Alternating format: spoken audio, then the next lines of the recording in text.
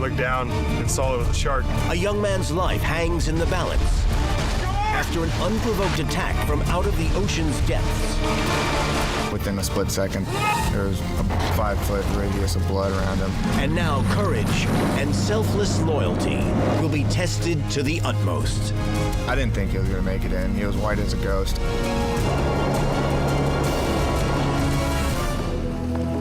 September 24th, 2011 is another gorgeous day off Longboat Key, Florida.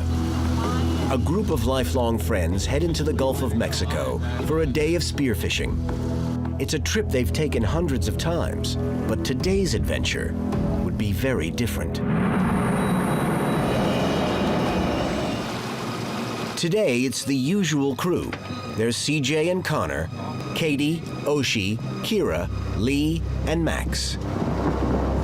The friends set a course west-northwest for Anna Maria Island, dropping anchor 4 miles offshore. First spot, it's like 35, 40 feet deep, and then we want to try that for our first spot to see if there's any hogfish or grouper on it. So Connor and Lee and Max all got in the water and started diving. The group likes to free dive.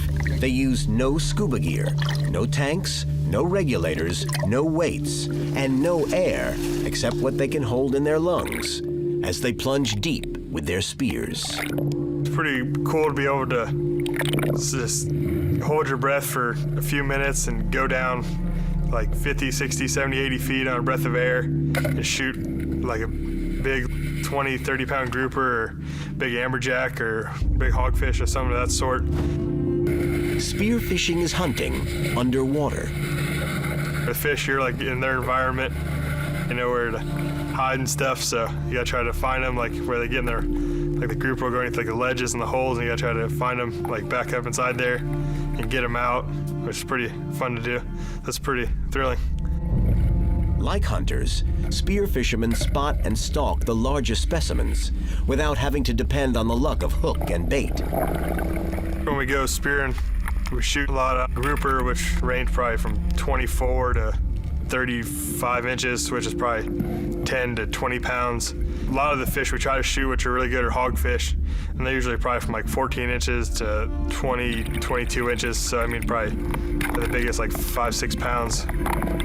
Lee and Connor shoot 2 hogfish each, but they're hunting for grouper or snapper.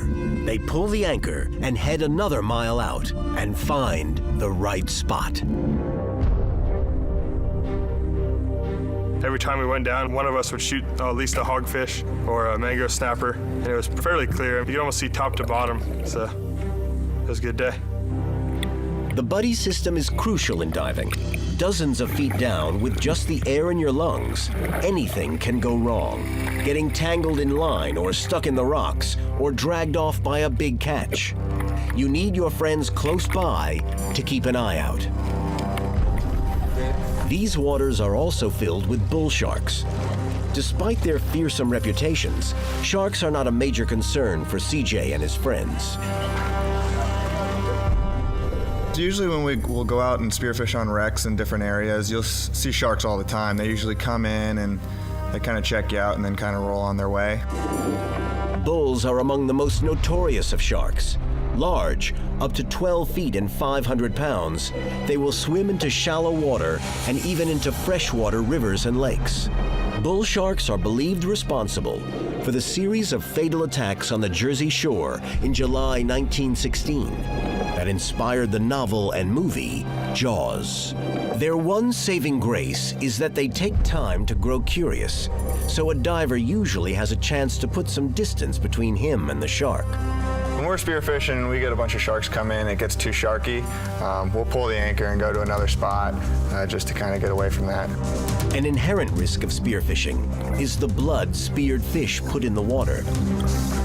We'll shoot a fish and swim back to the boat and throw it in the boat, but that doesn't mean that there's not going to be sharks around. They're always around somewhere. When you're spearing, all the fish are going to bleed no matter where you shoot them, and that does release blood, and that blood attracts sharks. It's a possibility with that kind of sport, I mean, shooting fish and then bleeding, that you can get attacked. This Saturday, CJ and his dive buddies are taking care. They're keeping their stringers and fish blood out of the water, and not a single shark has come in, even to have a look. It was actually a great morning. It was a beautiful day. It was clear, calm, perfect. We speared a bunch of fish that day, shot quite a few hogfish and grouper. We never saw a shark in the water all day. The shark that bites, though, is not the one you see, but the one that sees you. You see them all the time, and you know you're aware of them, but you just never think it's actually going to happen. I never really thought that I would get attacked by a shark when I was out there diving. CJ thought wrong. I went down, shot a hogfish, came back and put it in the boat. And then I hopped back in, because when I shot that one, I saw a few more good-sized ones down there. Went back down one more time, shot at a mango snapper, and I missed it. So I came back up top and was just sitting there for a second, catching my breath before I loaded my gun. And then the next thing, I felt like a bump, tug on my leg. Then I looked down and saw it was a shark. I saw CJ kind of flail on the water. Popped his head up and started screaming. And then within a split second, there was a 5-foot radius of blood around him, and you just knew it wasn't good. Without the possibility of flight, CJ's fight response takes hold as he pounds on the shark. That took both of my fists closed and hit it as hard as I could on the nose. I just looked down, I could see it was kind of like a flap on my bathing suit ripped open. Connor reacts with blind courage, diving into the water to swim to his friend's rescue. I remember Connor jumping in the water really fast. He only had one flipper on. He swam over to me as fast as he could. When I jumped in the water, saw his leg, could see his femur. It was pouring blood out so fast, it looked like a faucet was turned on underwater with blood coming out of it. I mean, it shocked me. I just saw it, and I yelled back to the boat before I got to him to just have a rope ready to tie off the leg. When I grabbed him, we swam back to the boat. Max and Lee grabbed him around his shoulders and pulled him over the boat.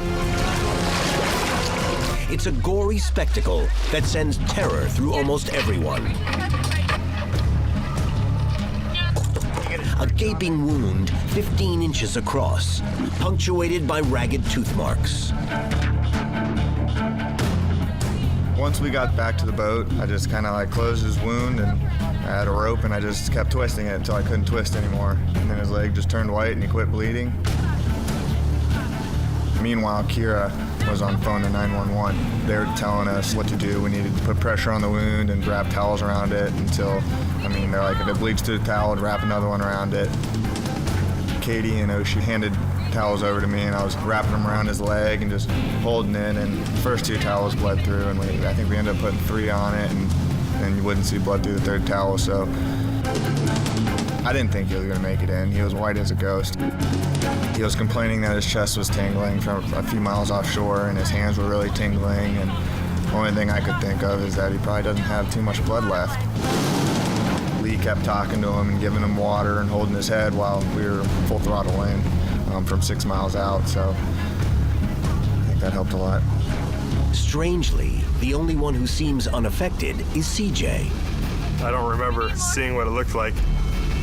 It didn't really hurt too bad at first, and then once they pulled me in the boat and they tied the tourniquet off, my hands and feet and everything started tingling. I didn't really feel too much pain because their teeth are so sharp, it just hit right through it. It didn't really hurt too bad. The lack of pain and CJ's lethargy are danger signs. The shark's bite has severed the femoral artery, and the rapid loss of blood from the massive wound has sent him into shock. His body is shutting down, his life slipping away. Unless the bleeding can be stopped by his friends, CJ will be dead in a matter of minutes. The 911 operator calls ahead for a medevac helicopter to be waiting on standby at the nearest rendezvous point, off Rod and Reel Pier on the northern end of Anna Maria Island. At the boat's helm, Max has the throttle wide open to cross the 6 miles of Gulf waters as swiftly as possible, while CJ's friends struggle to keep him conscious. Every second counts as blood runs out over the boat's deck. All of CJ's friends are working together to keep him awake and alive.